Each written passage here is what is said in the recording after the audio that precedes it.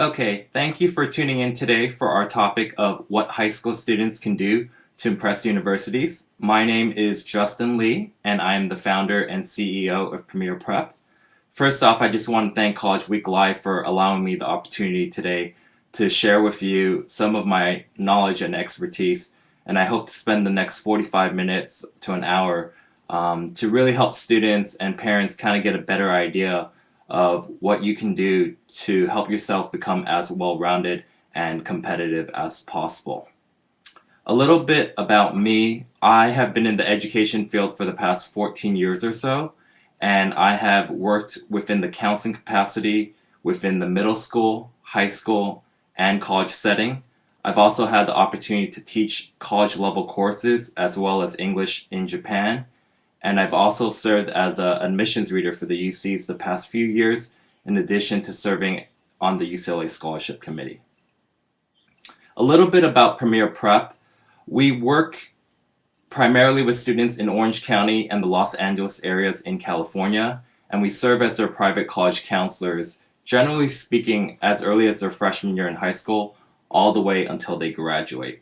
And so not only do we focus on academic skills, but we also help them with career development, major exploration, and also personal social skills such as time management, note-taking skills, resume building, and interviewing skills.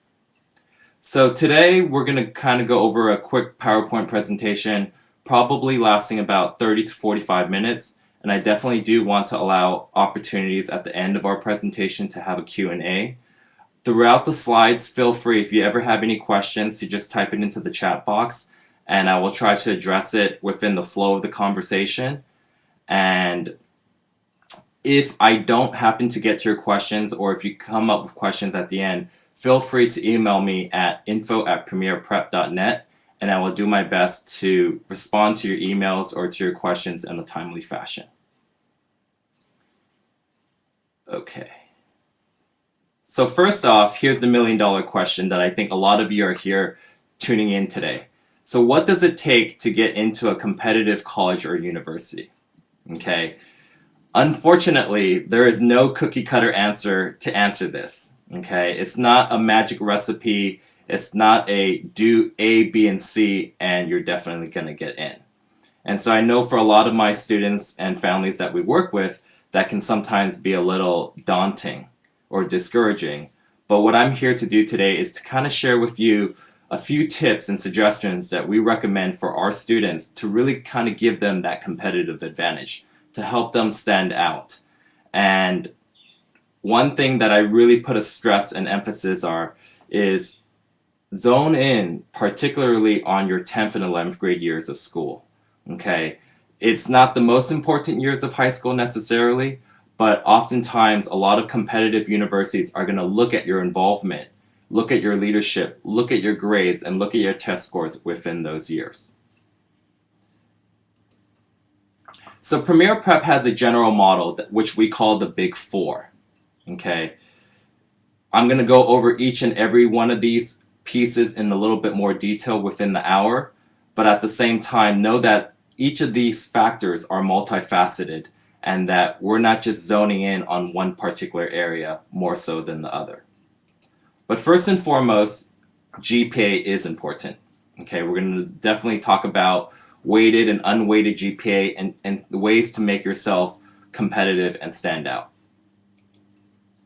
The second area is standardized testing. And for some of you, you might have an idea of what standardized testing already entails and what it consists of. But I will definitely spend a few moments to kind of break it down a little bit more. The third area is called the UC Worksheet.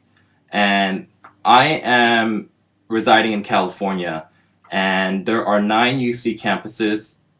And the reason why I use the UC Worksheet is if my students can kind of follow this model, it's basically applicable to most of the universities out there in the nation, minus maybe some of the Ivy League schools or the more competitive universities. But following the UC Worksheet is definitely a very good base or foundation for students to kind of replicate their academic competitiveness off of. And last but not least, college essays or the personal statements.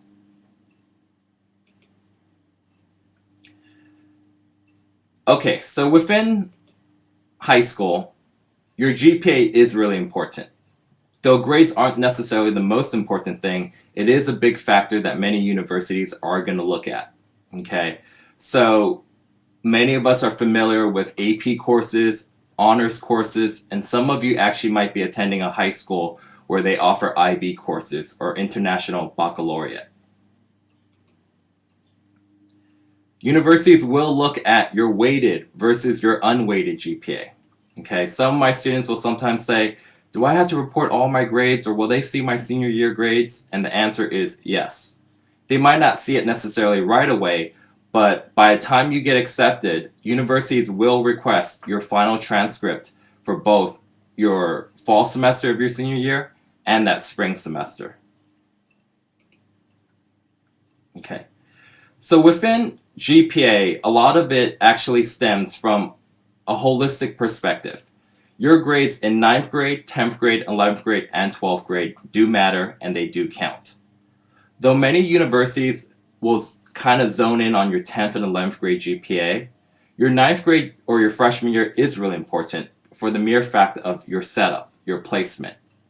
A lot of times at Premier Prep, we work with families and students towards the end of their 8th grade year to help them with their freshman year planning. And the reason why is the classes that you take in 9th grade are ultimately going to impact and affect what you're going to take in 10th grade, 11th grade, and during your senior year of high school. A lot of times it's not impossible, but if you're not on the fast track, if you're not in the honors courses your 9th grade year, it becomes that much more difficult to get into it during your 10th or 11th grade year of high school. Once again, it's definitely not impossible, but having a general game plan or strategy definitely helps our students when it comes to beefing up their GPA, become more competitive. When it comes to AP courses, all AP courses are generally weighted. So that what that means is instead of getting a traditional 4 points for your A, if you're taking AP courses and you're earning an A, it's considered 5 points. A big misconception when it comes to honors courses for a lot of high school students is the fact that they think that every single honors course is weighted, and that is definitely not true. Depending on the university that's evaluating you, and depending on what high school you attend, only certain honors courses apply. And generally speaking, with IB courses, once again, not all IB courses give you that extra point. There's actually different levels with International Baccalaureate. Sometimes they have an SL level or HL level. And the SL is standard level, and HL is the higher level. And then also, which I didn't mention in this slide, a lot of high school students sometimes will participate by taking university courses or classes at the community college, and those are often weighted for that extra point. So right now, if anyone has any questions about GPA, how to make their GPA a little bit more competitive, feel free to type it into the chat box and I can definitely address those.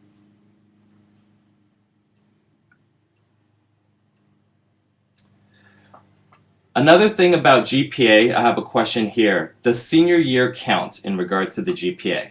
And the answer is definitely yes.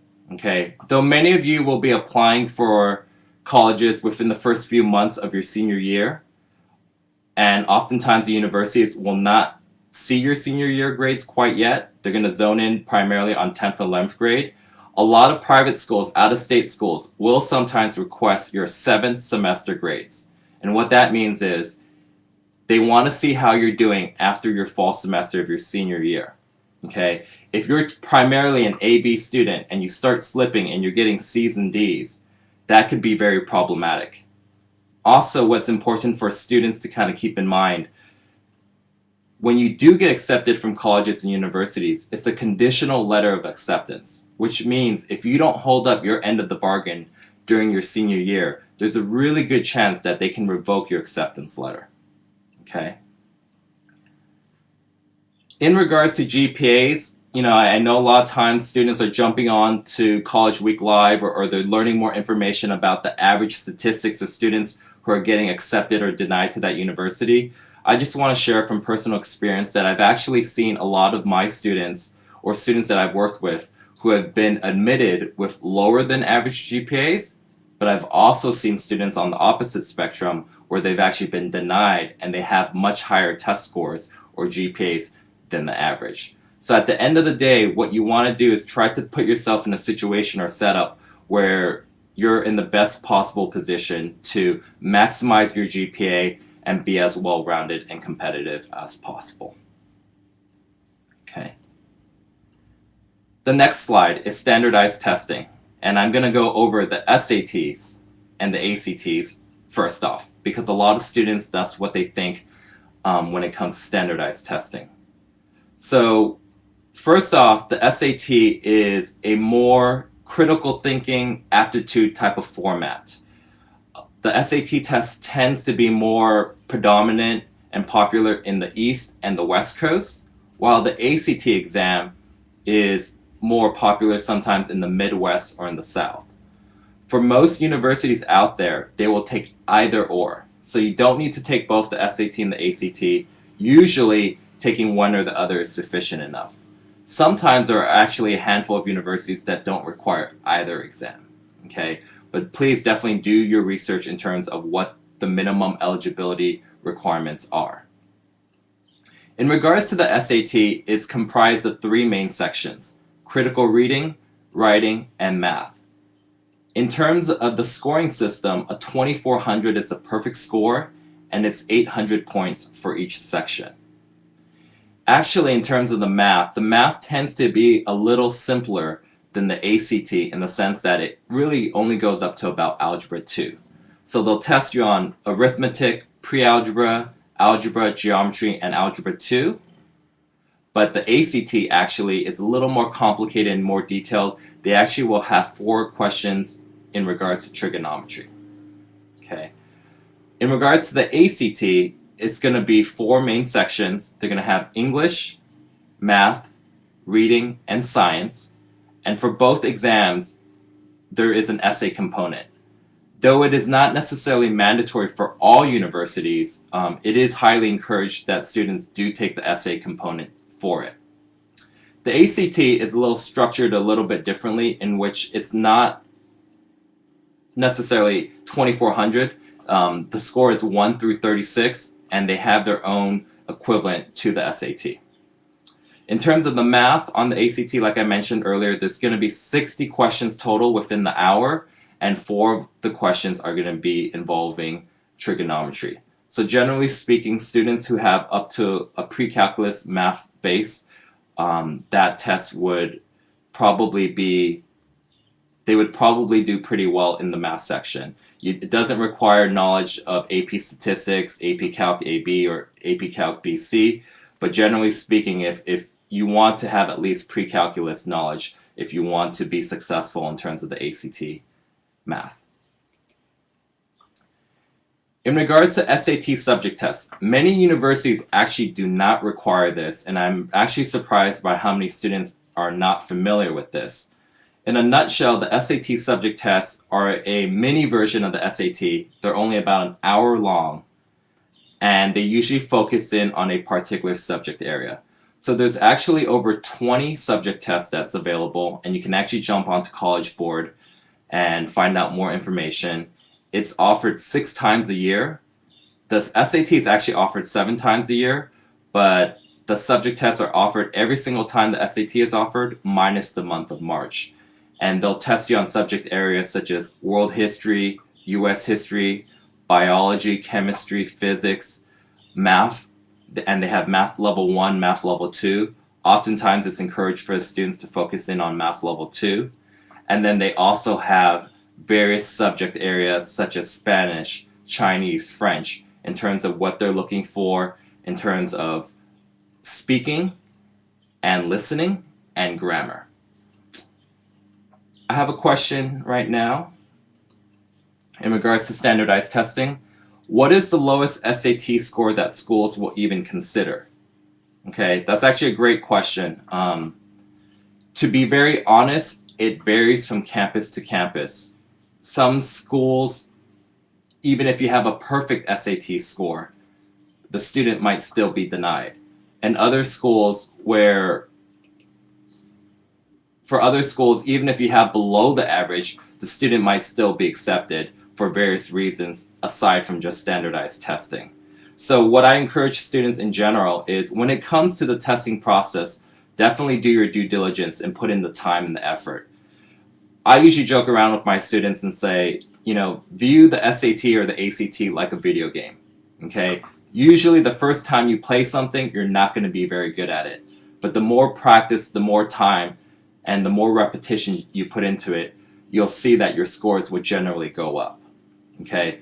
In terms of different opportunities, some students are very good at studying independently. They can just buy a prep book off Amazon or the local bookstore, and they can just study on their own and do very well.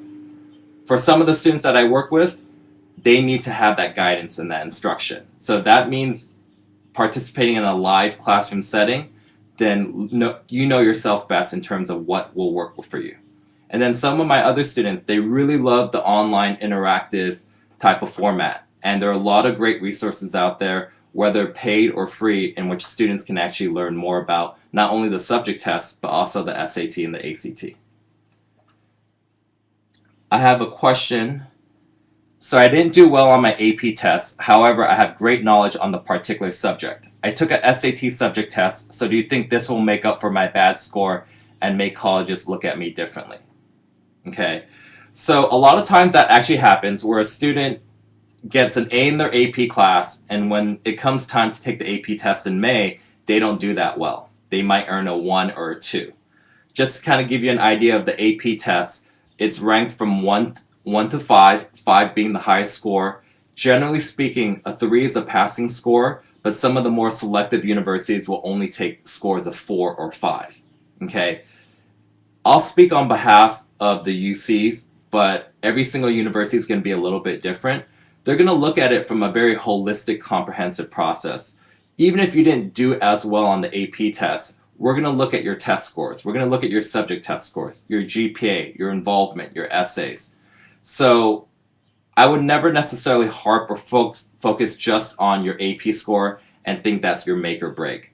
As an admissions reader, I've actually seen a lot of students that did very well on their AP tests, but maybe weren't as competitive in other areas. Okay, let me see. There's a couple questions coming in.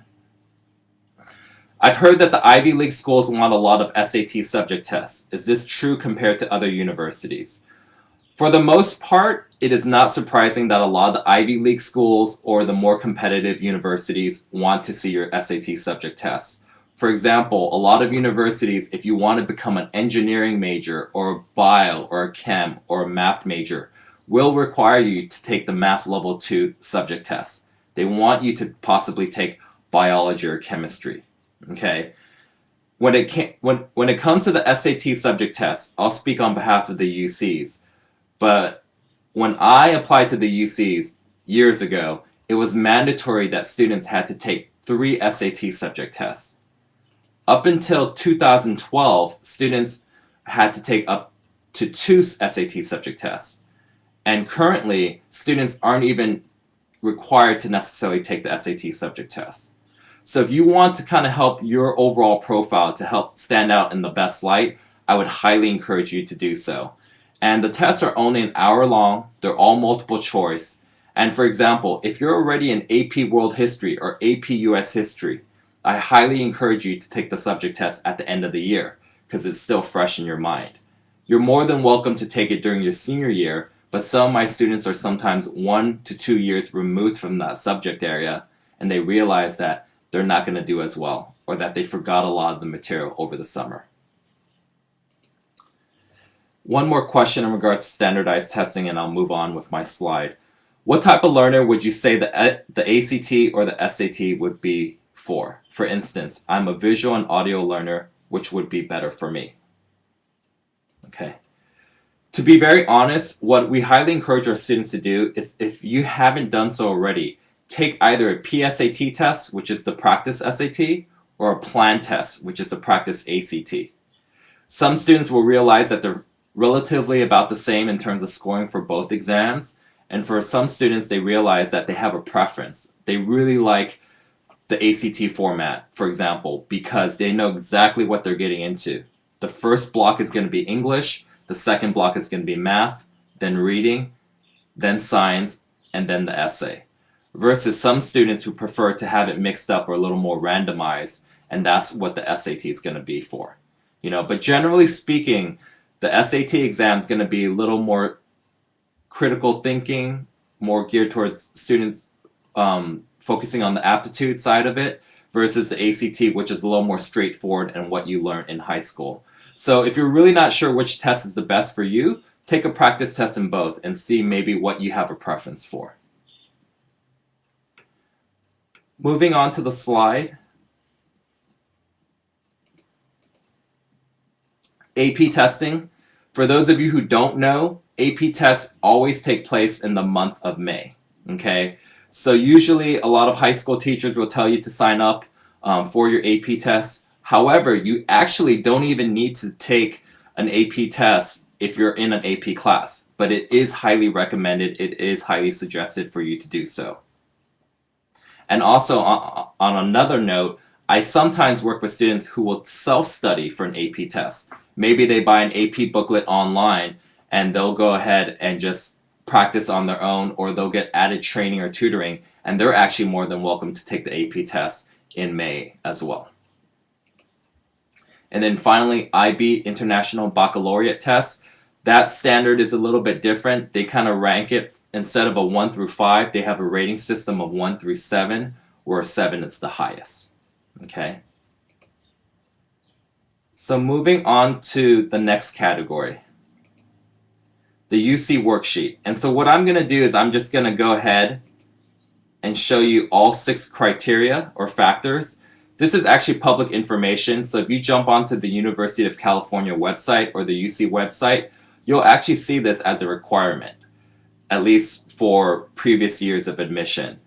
Generally speaking, they usually follow it, but for the class of 2015, it might be different just because their application hasn't been released yet. Okay? But the reason why I like to show this for a lot of the students and the parents that I work with is oftentimes high school students never really actually see a college application until their senior year. So in order to kind of better prepare for yourself, I always recommend, if you know you want to apply to Harvard, if you know you want to apply to Stanford or to UCLA or Berkeley or USC, go ahead and feel free to jump onto their website and just see what a sample application might have looked like from the previous year to kind of acclimate yourself to it. Okay? The reason why I focus on the UC Worksheet is there are 9 undergrad UC campuses. 6 of the 9 UC campuses are ranked in the top 50 by US News World and Report. Okay? So generally speaking, like I mentioned earlier, if you can follow the UC Worksheet as a base, you're pretty much going to be competitive for most universities out there. Okay? Sometimes you might apply to a university where they don't even focus or ask about extracurricular activities. But in my personal philosophy, I believe it's always better to over-prepare than under-prepare. So I'm going to go ahead and start at the very bottom, the lowest block, which are extracurricular activities. So what that means, this could be involvement at school. It could also be involvement outside of school. So this could be school clubs. This could be sports, club sports, church-related events. Okay. The second area are awards and honors. In regards to awards and honors, this could be academic or non-academic. Okay. So, for example, academic award honors could be honor roll, principal's honor roll, valedictorian. It could also mean things such as National Merit Scholar if you do really well on the PSAT. If you do well on your AP exams, there's something called AP Scholar with honors, AP Scholar with distinction. And to kind of give you an idea, those are the classes in terms of APs that you've taken from 9th through 11th grade. Okay, a lot of seniors actually take AP courses during that 12th grade year, but if you really think about it, by the time you take that AP test in May, you've either been already accepted or denied. Okay, so what a lot of students don't know, as I kind of go back into placement and setup for your 4 years of high school classes, if you're being very intentional and being very specific in that sophomore, junior year, you can earn awards such as AP Scholar with Honors, AP Scholar with Distinction. Also, you can go ahead and put different types of honors and awards such as an Eagle Scout or a Gold Award if you're part of Girl Scouts. Okay, perhaps you're an MVP of your league. Okay, you lead the nation in scoring, or you're the most improved player on your tennis team. Okay, universities want you to kind of talk about yourself, and brag about yourself.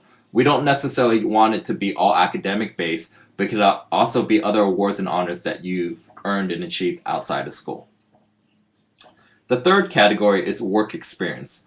Not every high school student works, but definitely that's an added consideration if you're working 10 hours a week or if you're working 20 hours a week, because sometimes students who have to work for whatever reasons, whether it's to earn extra money for themselves or to support their family, that's an added component that admissions readers might give added consideration.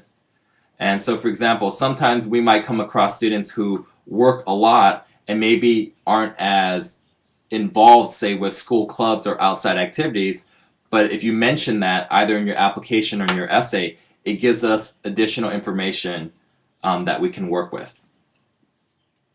The fourth one is volunteering community service. Okay, so this could be at school or it could be outside of school. This could be church related, this could be through an organization, this could be a charity that you founded.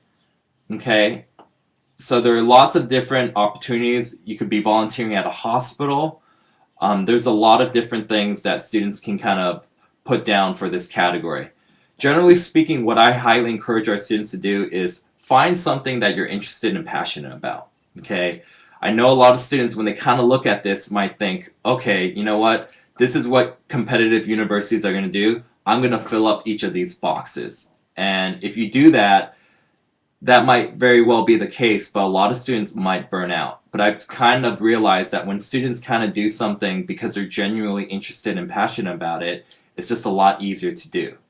And one thing that I haven't mentioned about the UC Worksheet, and you'll also see this on the Common application for a lot of private schools and out-of-state schools, is they'll ask you, when did you do this? Did you do it in your 9th grade year, your 10th grade year, your 11th grade year, or your 12th grade year? How many hours per week were you involved, and how many weeks out of the year did you do this? So a lot of times when a student's not very involved throughout high school and it comes to their senior year and they're filling out these college applications, they're going to join every single club that's on campus. They're going to start volunteering. And if we see that, not saying that's not a good thing, but it's very telling when someone's kind of just doing this for the sake of the college application versus if they've been doing this for the past 3 to 4 years. The next category, educational prep programs. The first two categories are actually categories that a lot of students haven't actually heard of. So educational prep programs, I'm going to actually share with you an opportunity for our viewers to actually get involved at the very end. But also, this could mean if you're interested in business, if you're interested in engineering, if you're interested in pre-med, are you taking advantage of any camps during the summer or during the school year that really augment or enhance your interest in those categories? And finally, this is a little bit tougher, coursework other than A through G. Okay, A through G is a term that we use in California in terms of the necessary classes that you need to take for English, history, math, science, foreign language. But basically, that's asking, what are students doing to basically go above and beyond in terms of learning? Okay, so maybe you have an affinity for foreign languages. Maybe you really want to learn French, but they don't offer that at your school. Sometimes students will learn through online courses. Maybe they're going to learn through a private tutor. Maybe they're going to learn by going to the local community college or four-year university because it's not offered at their high school. Okay, and so those are definitely great areas that students can kind of do above and beyond just their normal GPA and their grades or the normal testing, standardized testing out there. So if you have any questions about the UC worksheet, I know I'm kind of going over it a little bit quickly, but I do have a couple questions coming in. So let me see if I can answer some of that. The question is, do most colleges look for community service hours? And the answer is, it kind of varies. It depends on the university. There are going to be some universities where they're not even going to ask you about your outside involvement or your volunteer service hours. And there's going to be some universities that will really zone in on those extra factors.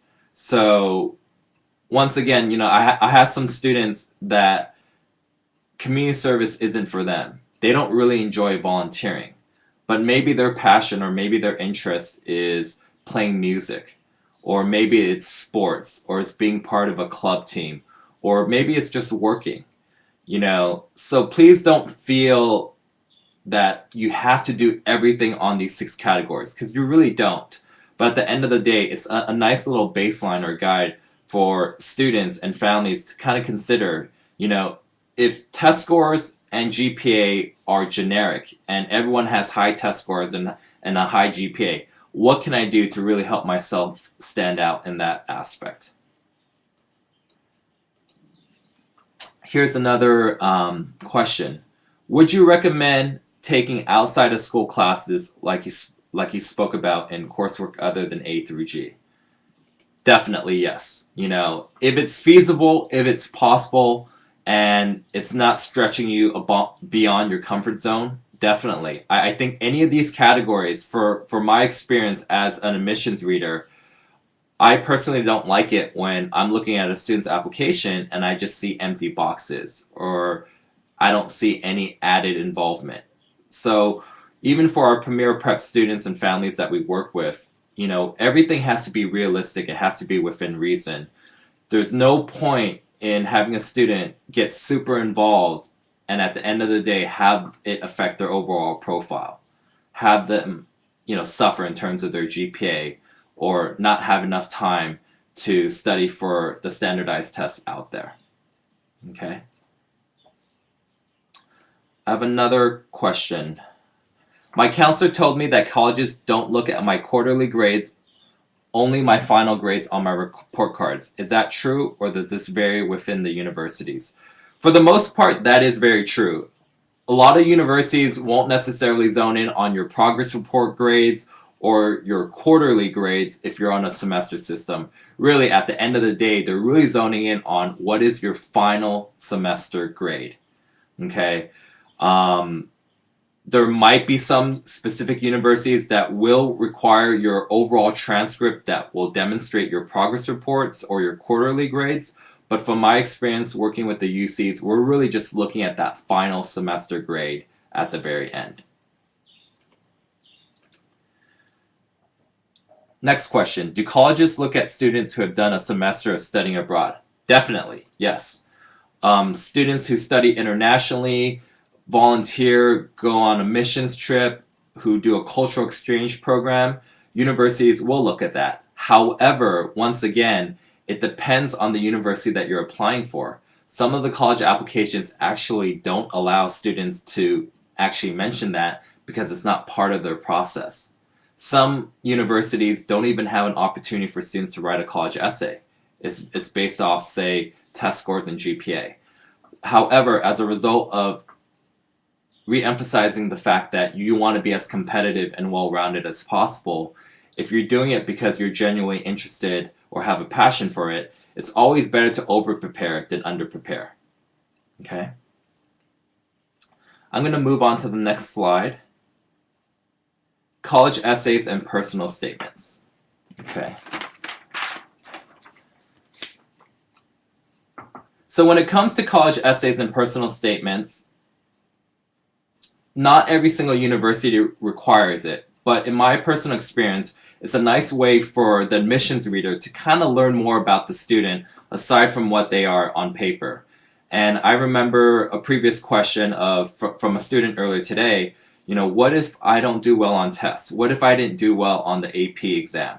A lot of times the college essay or the personal statement is an opportunity for students to kind of shed more light or give me added perspective about your life. If I'm looking at a student's GPA, I don't necessarily know what type of hardships or struggles or challenges that he or she may have gone through. Okay, but if I give you an opportunity to talk about, your personal situation, a family situation, anywhere from 500 to 650 words, it can definitely work in a student's favor. Okay, so in the next few slides, what I'm going to do is I'm going to give you samples of actually what the UCs, the University of California, has asked students in the past, which might very easily change next year. And I also have samples of what the Common Application questions have asked as of last year. And once again, that might change for the class of 2015 and beyond. Okay, so for the UC personal statement, as of last year, they allowed students to spend 1,000 words or less to address these two questions. So I'm going to have the viewer, you as a viewer, go ahead and read this question as I kind of take a look at some of the questions in the chat box coming in right now.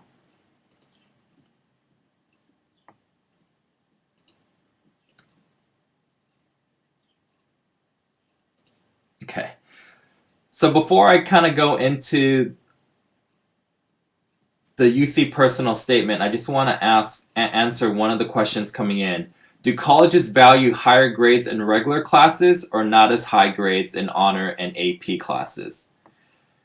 And to be very honest, it's a combination of both. We're going to look at both your weighted and your unweighted GPA.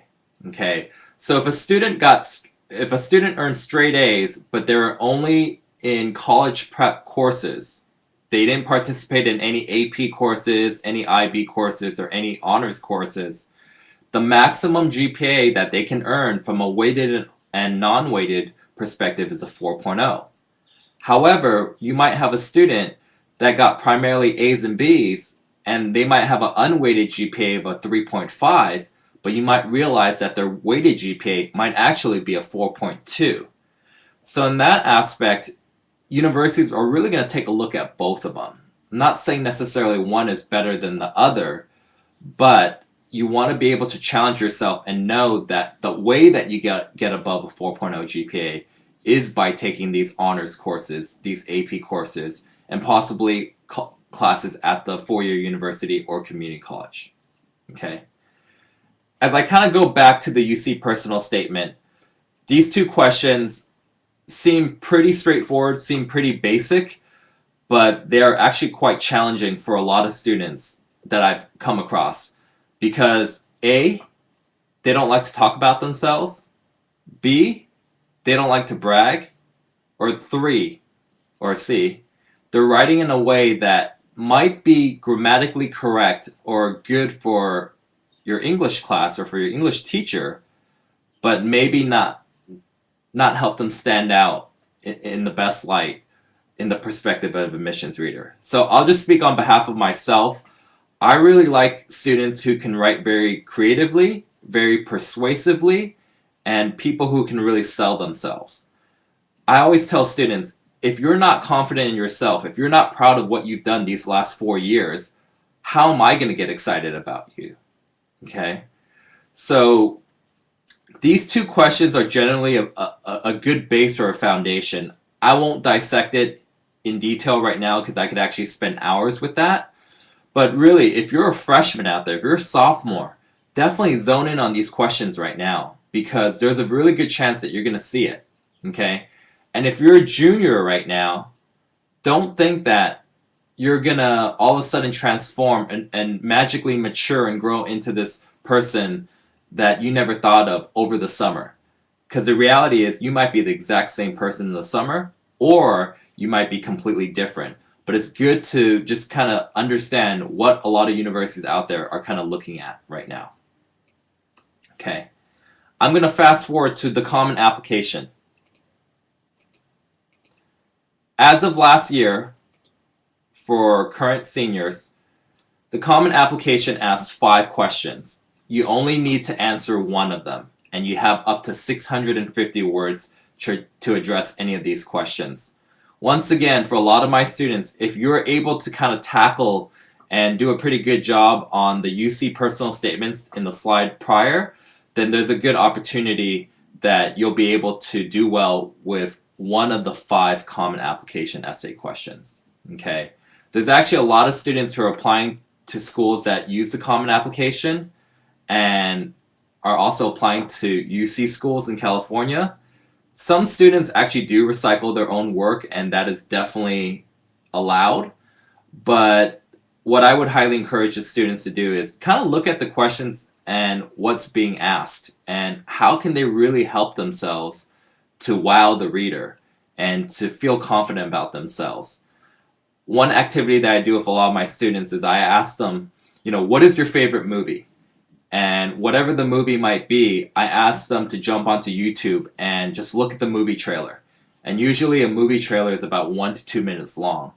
And the purpose of a movie trailer is basically to sell you on the idea of watching the movie in the theater. Okay? And so when it comes to college essay questions, I don't need to know about your 16, 17, 18 years of your life, but really zone in on maybe 1 or 2 important moments or experiences that you're proud of and that I can remember as a reader at the end of it. Wow, that was the girl who wrote the essay about starting her own business. That was the girl or the guy who, struggled with autism but overcame their challenge or their obstacle through the years as a result of A, B, and C. Okay? It definitely shouldn't necessarily just be a sob story or something where you're talking about your struggles and your challenges. Though that might be very important to you, what I personally prefer to see is how you overcame it, how you overcame the adversity and demonstrated that growth and development. That's actually more what I'm interested in rather than the actual situation or the event itself. Okay? Here's a question in regards to essay questions. What if you go over the said number of words in an essay? Do colleges think badly of this? From my experience, actually, these days, a lot of the universities will actually cap you. So, for example, at the UC application, the University of California application, it's 1,000 words for 2 essays, 1,000 words or less. So if you actually put in 1,001 words and you try to submit it, it won't let you go on to the next page. The same thing with the common application from my experience this year. If you go over the count, it'll tell you you're negative 10 words above, and it's going to force you to actually stay within the parameters. But in my opinion, pay attention to the instructions, follow the directions, okay?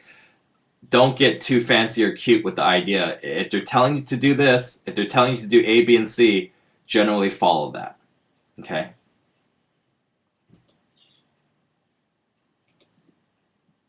Here are some other additional questions. I just pulled out one from Stanford, which has been on the application the past few years. Stanford students possess an intellectual vitality. Reflect on an idea or experience that has been important to your intellectual development.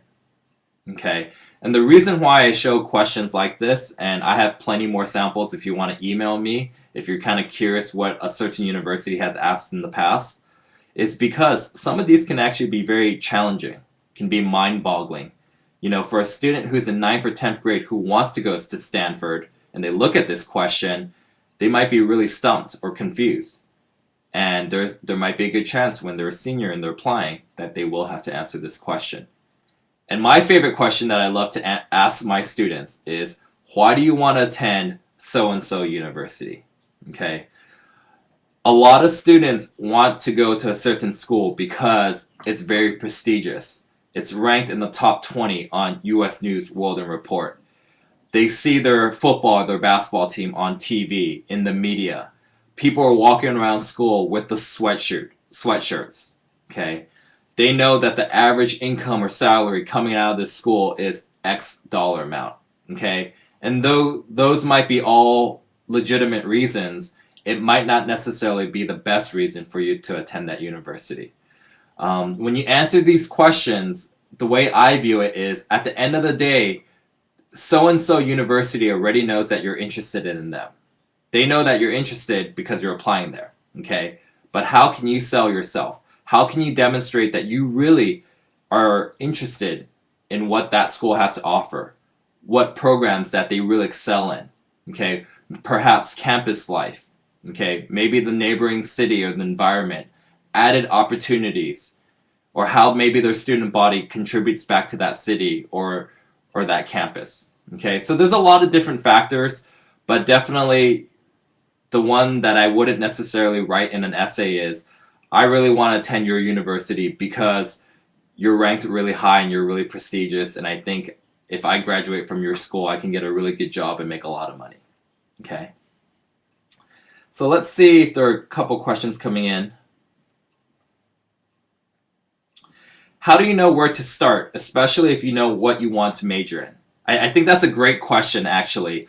There's a lot of different ways that you can start. First and foremost, a lot of high schools have their own college or career center.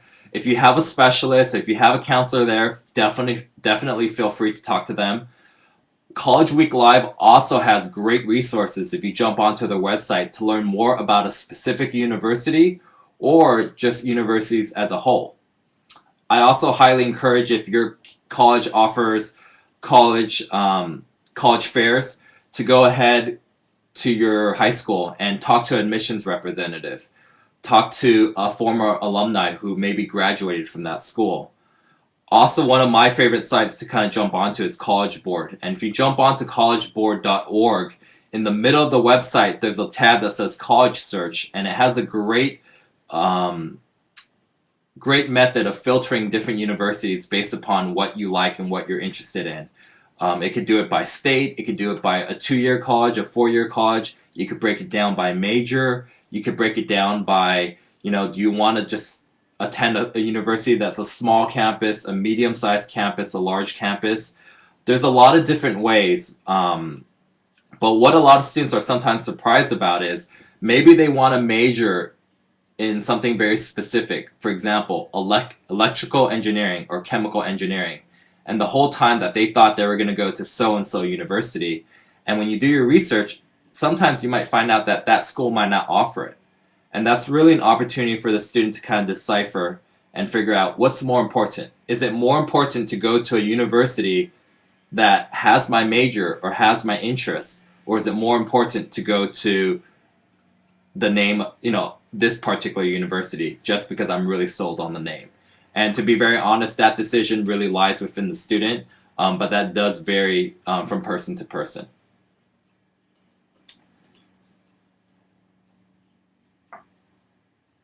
Okay, so there's another question coming in.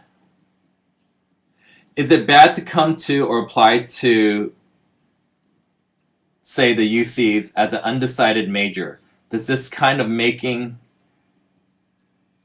affect their decision-making process? So, yes and no. There are 9 UC undergrad campuses, and it might vary from campus to campus.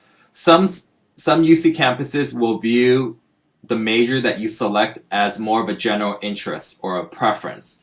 Some universities will view the major that you choose and kind of put added consideration. For example, if you want to go into engineering as a major, maybe they're going to put more of an emphasis on the math classes that you took. Perhaps your subject tests in Math Level 2, your AP tests in Calculus, or any additional courses that you might have taken. So the reason why that's a little bit difficult to answer is because it's not a one-size-fits-all type of, not a one-size-fits-all type of answer. But there are a lot of high school students, actually for a lot of colleges and universities, the most popular major is undecided, undeclared. So if you don't know, that's actually okay. It's not a bad thing. Not a bad thing at all. But if you are trying to specify a certain major, then definitely, do your due diligence and think about it. If you want to go into business and your application or your profile shows that you have low math scores, you've never worked before, you've never done anything entrepreneurial, then that might potentially not help you shine in the best light. So we've got about 2-3 more slides to go, so I'm going to go over it kind of quickly. Okay, the reality of college admissions. If you don't get accepted, it doesn't mean that you weren't qualified. Okay, these days applying to college is very, very competitive, and they can't take everyone. Okay, for example, If the university only accepts 10,000 students and you're 10,001, it doesn't mean you wouldn't have done well or you wouldn't have thrived if you're there. It just means that there weren't enough spots. Okay, and so that's why it's always a good option to kind of have a backup plan, to apply to definitely more than one university, and to kind of view it as, as you create your rough draft college list, have schools that are target schools or within your reach, but also have some safety and backup schools, and maybe even have one or two reach or dream schools that are maybe a little bit beyond your reach. Okay. Number two, if you don't get accepted to your dream school the first time, there are other ways that you can kind of get there. For example, students will sometimes attend a community college and then transfer. Sometimes students will go to a four-year university the first year or the first semester and try to transfer out. Okay, there's definitely no guarantee that that will happen, but if you're so set on a dream school and you think, this absolutely needs to happen in your life, even if you don't get accepted right away, there are other ways to kind of get there eventually. And if you're thinking into grad school, maybe you don't go to that particular university for undergrad, but you can go there for grad school. Okay. The other thing, every year has variables and unknowns, and that is very true because I actually don't know how many people are going to be applying next year to the UCs. I don't know how many people are going to be applying to Harvard or Stanford or Yale. So as a result of that, what I usually tell students is focus on what you can actually control and don't worry too much about what you can't control. Okay? But as long as you look back on your high school experience and you feel that you've done all that you can and you don't have any regrets, then usually that's what I highly encourage for our students. Number 4, be careful of comparing yourself to others. Okay, this is always really tricky. If you compare yourself to others, you'll realize that oftentimes you're going to fall short. There always seems to be a better athlete, someone smarter, someone better looking, someone who has a higher GPA than you. Whatever it might be, there always tends to be someone better out there. So that's why I try to say, for our students that we work with, focus on yourself. Compare yourself to yourself. Okay, what is realistic? What is feasible? Okay, grades and test scores are generic. Okay, as I kind of go through these slides, I've talked about added factors such as the UC Worksheet and the college essays. But in reality, it's actually very complex. It's multifaceted, and it's more than just what I've kind of covered. And so if grades and test scores are generic, how can you think outside the box and how can you help yourself shine in the best light? Okay. When it comes to scholarships, I know I'm kind of going through this a little bit quickly. If you want this, and for some reason it's not popping up. When it comes to scholarships, actually, if you want to learn more, I have a cheat sheet. Feel free to email me at the address below at info@premierprep.net, and I can kind of give you some pointers on how to... I think it's showing up right now. Okay. I can give you some pointers on how to elaborate on this a little bit further. Okay. So, for scholarships, first and foremost, if you look specifically at the university that you're applying to, usually they have a scholarship or a financial aid department. Please go ahead and look at that because oftentimes they're not necessarily advertised. If you're a senior right now and you've already been admitted, feel free to go to the school that you've already been admitted to and see what they have online. The second thing is visit your college and career center. Okay, a lot of times you'll have a scholarship specialist, a career counselor, and a lot of times they'll have scholarships specific to your school or to your school district. And those, in my opinion, are usually a lot better because the pool of students that you're competing against is going to be a lot smaller. Research online resources. There are a million online resources out there. Some of the ones that I like are fastweb.com, FinAid, zinch.com. Just kind of keep in mind that you should never have to pay a fee if you want to apply for a scholarship as you register. Okay, there are a lot of actually scam, fraudulent websites out there, but all the scholarship websites should be free. Okay, another thing that I like to do for my students sometimes is just jump online to say Amazon or online shopping or a bookstore and just kind of browse through a scholarship book and to kind of see what's available out there. What a lot of students don't necessarily know is scholarships actually do apply not just for high school seniors, but even for freshmen, sophomores, and juniors. And if you're already in college, scholarships also apply for transfer students or students who are in their second, third, fourth year of college. And if you've never heard of this yet, the Fafsa, this is probably the single most important piece of financial aid that you should kind of look into. The priority filing deadline is January 1st through March 2nd of your senior year. But don't forget, after you file the FAFSA, you can actually reapply for it each and every single year when you're in college and even when you're in grad school. Okay? So for the FAFSA, make sure that you jump on to the official FAFSA website, which has a .gov at the end, and make sure that you don't jump onto a fraudulent website where they charge you. And then just kind of keep in mind your ROI, your return on investment, is far greater when applying for scholarships compared to any part-time job out there. Okay? So as I kind of wrap up, I want to thank College Week Live once again for the opportunity to actually present today.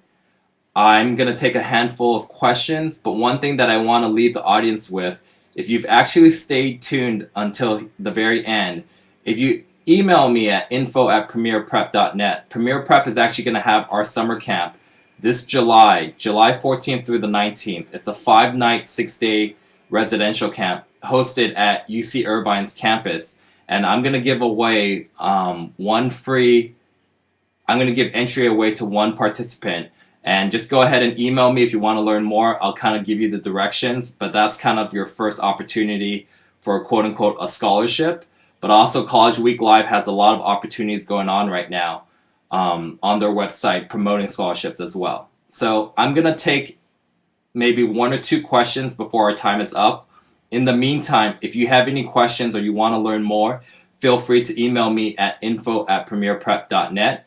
And I will do my best in a timely fashion to either email you back or to call you back. Okay. Here is a question. Does applying early help you get accepted into a university? Okay. Yes and no. The mere fact of applying early doesn't help you get accepted. However, if you've been online and you've noticed that the acceptance rate for students who do early action versus early decision is slightly higher than, say, the regular admission deadline. In my opinion, the reason why that is because students who tend not to procrastinate and do things early are usually more on top of things, usually more on the ball with it. So that is why with our Premier Prep students, we highly encourage you, if you know you want to apply to so-and-so university and they offer early action or they offer early decision, feel free to do so. Another benefit of that is you usually find out a few months in advance. Therefore, if you want to visit the college campus and you haven't done so already, you can do so with certainty that you actually got accepted. Okay. Another question, does low SAT scores affect the admission process? It depends. We've kind of had an ongoing conversation about this, but just kind of view it as even if you had a perfect SAT, doesn't necessarily mean you're going to get accepted. Even if you had a low SAT or ACT test score, doesn't mean you won't necessarily get denied. Okay. As I kind of wrap up, because we only have about a minute or so left, I want to have some closing thoughts and comments. One, please, if you're a high school student right now, try not to fixate too much on the past. You know, I'm a firm believer that the past is the past. If you did really well last quarter or last semester, or if you did very poorly, you know, it's independent of what's going to happen this semester. Okay. You know, if you're able to kind of adjust and learn from your mistakes, but also zone in on your strengths and what you've done well, I think that's definitely going to work to your advantage. Also, high school goes by very quickly. Try to live your high school years with no regrets. Okay. And definitely the last thing that I want to leave you with is be proactive, okay? Be proactive in the sense that get involved with things that you can get involved with. Ask for help if needed, okay? And just really live your high school years to the fullest, okay? So with that, we're about to close and end. So if you have any questions, feel free to contact me. And thank you very much for tuning in today.